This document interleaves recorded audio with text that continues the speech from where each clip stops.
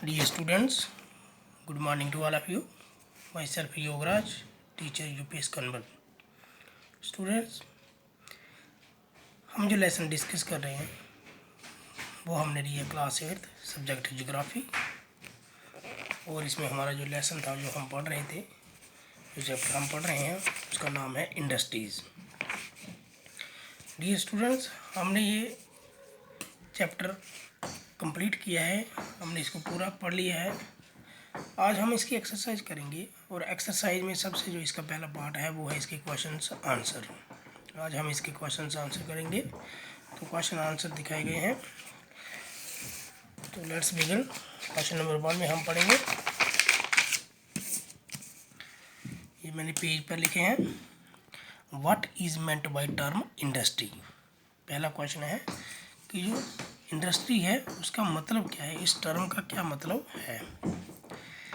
Answer में हम पढ़ेंगे, industry refers to an economic activity. ये एक इकोनॉमिक एक्टिविटी, पैसे से मुतल्लिक एक कार्य है।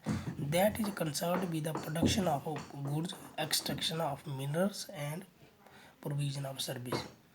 जो किससे जुड़ा हुआ है, जो किससे कंसर्न रखता है, प्रोडक्शन ऑफ गुड्स, जब हम किसी चीज़ की पैदावार करते हैं, एक्सट्रैक्ट करते हैं, मिनरल को जब हम बाहर निकालते हैं ज़मीन में से, एंड प्रोविजन ऑफ सर्विस, और जब लोगों को हम जब चीज़ें तैयार हो जाती हैं तो सर्विस मुहैया करवाते हैं। इस टर्म को हम क्या कहते हैं, इंडस्ट्री कहते हैं। दूसरा है, what are the main factor which influence the location of industry. वैसे कौन से कारण हैं, अगर हम कोई कारखाना लगाएंगे तो उसकी लोकेशन पर जो असर डालेंगे। The location of industries is affected by the availability of raw material, land, water, labour, power, capital, transport and market. ये सब वो फैक्टर हैं। अगर हमें कारखाना लगाना है तो इसके लिए, इसकी लोकेशन, इंडस्ट्री की लोकेशन के लिए ये सब वो फैक्टर हैं जो उस पर असर डालते हैं। सबसे पहले हमें रॉ मटेरियल होना चाहिए, लैंड अच्छी होनी चाहिए, पानी की सुविधा होनी चाहिए, लेबर मिलनी चाहिए, स्किल्ड लेबर, बिजली की सुविधा होनी चाहिए, और ट्रांसपोर्ट और मार्केट भी होनी चाहिए। क्वेश्चन नंबर 3 है, why cotton textile industry rapidly expand in Mumbai. क्या कारण है जो कॉटन टेक्सटाइल इंडस्ट्री है, धागा इंडस्ट्री है, वो बहुत तेज़ी से मुंबई में फैलती जा रही है। आंसर है इसका, cotton textile industry expand rapidly in Mumbai initially because of the presence of lot of favourable climate. ये इसकी वजह से, क्योंकि वहाँ का जो फेवरेबल क्लाइमेट है, जो हकदार, वो फ़ायदेमंद, कुछ फ़ायदेमंद कंडीशन है वहाँ पर मुंबई में, जिसकी वजह से ये इंडस्ट्री वहाँ पर फैल रही है, जो इंडस्ट्री के लिए फ़ायदेमंद होती है। पहला है वार्म एंड मॉइस्ट क्लाइमेट, पहला है वहाँ का गर्म और मॉइस्चर वाला जो क्लाइमेट है। दूसरा है port situated near by import machinery, दूसरा वहाँ पर पोर्ट नज़दीक है जहाँ से मशीनरी को क्या किया जाता है, इम्पोर्ट किया जाता है। Easy availability of raw material and skilled labour, और तीसरा मेन फैक्टर जो है वो है ईजी अवेलेबिलिटी, रॉ मटेरियल जल्दी मिल जाता है, और स्किल्ड लेबर, जो महारत रखने वाली लेबर है, जो काम में बहुत माहिर होते हैं, वो भी जल्दी मिल जाते हैं, एट्सेट्रा। इसके अलावा भी बहुत सारे बहुत कारण हैं, इसलिए जो कॉटन टेक्सटाइल इंडस्ट्री है मुंबई में ज़्यादा फैल रही है। क्वेश्चन नंबर 4 है, which industry refers to the backbone of the modern industry and by. Which, किस कारखाने को, किस उद्योग को मॉडर्न इंडस्ट्री की बैकबोन, रीढ़ की हड्डी माना गया है, और क्यों माना गया है। Steel is called the backbone of modern industry. Steel को मॉडर्न इंडस्ट्री की, जो नई युग का कारखाना है, नई युग का उद्योग है, इसको रीढ़ की हड्डी माना गया स्टील को, बिकॉज, क्योंकि almost everything we use is either made of steel. जो भी हम चीज़ इस्तेमाल करते हैं वो अक्सर किसकी बनी होती है, स्टील की बनी होती है। The steel industry is basically is the feeder industry. Steel industry को फीडर इंडस्ट्री इसलिए कहा जाता है क्योंकि whose product are the raw material for other industry, क्योंकि इसी के जो प्रोडक्ट हैं, इसी के द्वारा तैयार किए जो प्रोडक्ट हैं, जो चीज़ें हैं, वो बाकी कंपनी के, बाकी इंडस्ट्री के लिए रॉ मटेरियल का काम करते हैं, कच्चे माल का काम करते हैं। यानी कि यही वो इंडस्ट्री है जिससे बाकी इंडस्ट्रियाँ चलती हैं।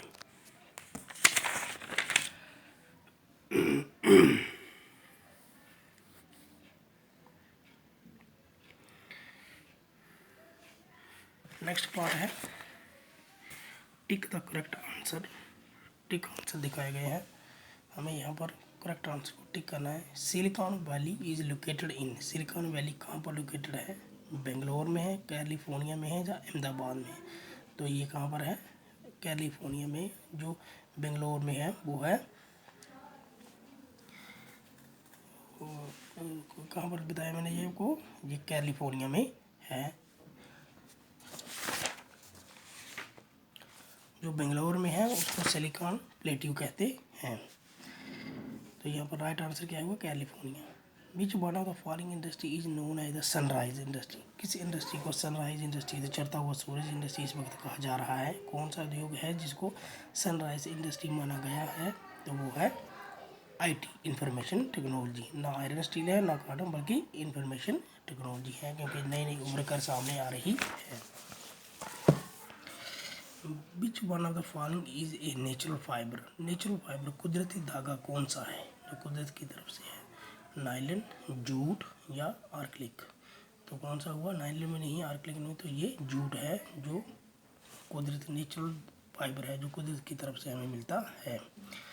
क्वेश्चन नंबर 3 है डिस्टिंग्विशन बिटवीन, डिस्टिंग्विशन बिटवीन होता है इन दोनों के बीच फ़र्क क्या है? पहला है agro based industry and mineral based industry क्या है? दूसरा है public sector and joint sector. तो पहला है agro based industries. Agro based industry and mineral based industry में फ़र्क क्या है? Agro based industries use plant and animal based product as raw material. Agro based industry जो है वो किन चीज़ों को अपना रॉ मटेरियल पर तौर करती है? प्लांट के द्वारा जो मिलते हैं या एनिमल बेस्ड जो प्रोडक्ट होते हैं, एनिमल के द्वारा जो प्रोडक्ट होते हैं, जो प्लांट के जो प्रोडक्ट होते हैं उनको एज ए अपना कच्चा मटेरियल, कच्चा माल के तौर पर वो इस्तेमाल होता है वहाँ पर एग्रो बेस्ड इंडस्ट्री में, और वहाँ से भी नया माल तैयार किया जाता है। लेकिन रॉ मटेरियल कौन सा है? जो एनिमल से और प्लांट से हमें मिलता है। लेकिन जो मिनरल बेस्ड इंडस्ट्री है, mineral based industry use mineral और as the raw material. Mineral based industry में जो मिनरल और है, जो कच्ची मिनरल है उसको एज ए रॉ मटेरियल कच्चे माल के तौर पर इस्तेमाल किया जाता है। दूसरा है एग्जाम्पल्स ऑफ रॉ मटेरियल, जहाँ पर जो रॉ मटेरियल वो कौन कौन सा है? Animal skin and crop, crop plant में हो गया, एनिमल स्किन हो गया एनिमल प्रोडक्ट में। यहाँ पर कौन सा example of raw materials use iron ore and limestone, जहाँ पर क्या है? कच्चा लोहा और लाइमस्टोन चूना जिसको हम बोलते हैं। अब एग्जाम्पल ऑफ इंडस्ट्री, जो इंडस्ट्री कौन कौन सी, जो एग्रो बेस्ड इंडस्ट्री कौन सी है जी? Leather industry and food processing. Leather industry जो चमड़े का काम करते हैं, फूड प्रोसेसिंग जो खाने पीने की चीज़ें बनाती हैं जैसे बिस्कुट वगैरह। और यहाँ पर इंडस्ट्री कौन सी example of industry? Iron and steel industry, iron and steel industry जहाँ पर लोहे का काम होता है। क्वेश्चन नंबर पार्ट 2 है public sector industry and joint sector industry में क्या फ़र्क है? Public sector industries are owned and run by the government. जो पब्लिक सेक्टर इंडस्ट्री है वो किसके द्वारा चलाई जाती है? गवर्नमेंट के द्वारा चलाई जाती है। उसका मालिकाना हक गवर्नमेंट के पास होता है, सरकार के पास होता है। Joint sector industries are owned and operated by the state as well as the individual. जो जॉइंट सेक्टर इंडस्ट्री है वो किसके द्वारा चलाई जाती है और ऑपरेट की जाती है? स्टेट के द्वारा, स्टेट गवर्नमेंट के द्वारा और किसी इंडिविजुअल, किसी शख्स के द्वारा। दोनों जब आपस में मिलते हैं तो तब ये जॉइंट सेक्टर इंडस्ट्री उद्योग चलता है। एग्जाम्पल, इसकी एग्जाम्पल क्या है? Public sector industry Hindustan aeronautic limited. कौन सा एग्जाम्पल है? Hindustan aeronautics limited. और इसकी एग्जाम्पल क्या है जॉइंट सेक्टर की? मारुति उद्योग, मारुति उद्योग। चलिए स्टूडेंट, नेक्स्ट है हमारा give 2 examples of the following in the space provided. नीचे जो डैश दिखाए गए इसमें हमें 2 एग्जाम्पल्स बताने हैं जो इससे ताल्लुक़ रखते हों इससे। पहला है रॉ मटेरियल कौन सा है? 2 हमें बताने हैं रॉ मटेरियल। एक हो गया शुगर केन, गन्ना एंड ट्री, ये रॉ मटेरियल है, कच्चा माल है। शुगर केन की बाद में क्या बनता है? इसका हम चीनी बनाते हैं। और ट्री का हम क्या कहते हैं? ट्री का हम वो बनाते हैं चेयर्स वगैरह, टूल्स वगैरह। एंड प्रोडक्ट कौन से? एंड प्रोडक्ट यानी कि जो फाइनल प्रोडक्ट है वो कौन सा है? जैसे शुगर केन का क्या हो गया? शुगर बन जाता है। और ट्री का पेपर हम भी बना देते हैं, जैसे पल्प ट्री है। टेरिटरी एक्टिविटीज़ वो होती हैं जैसे transport and trade. Territory activities जो जो क्या करती हैं, प्राइमरी और सेकेंडरी एक्टिविटी को मदद करती हैं। वो कौन सी? Transport and trade. ट्रांसपोर्ट से सामानों को एक जगह से दूसरी जगह लगाया जाता है, और ट्रेड होता है तिजारत करना। एग्रो बेस्ड इंडस्ट्रीज मैंने आपको अभी बताई, कॉटन टेक्सटाइल इंडस्ट्री, और दूसरी कौन सी है? Vegetable oil industries. Cottage industry छोटा कारखाना जो होता है वो कौन सा होता है?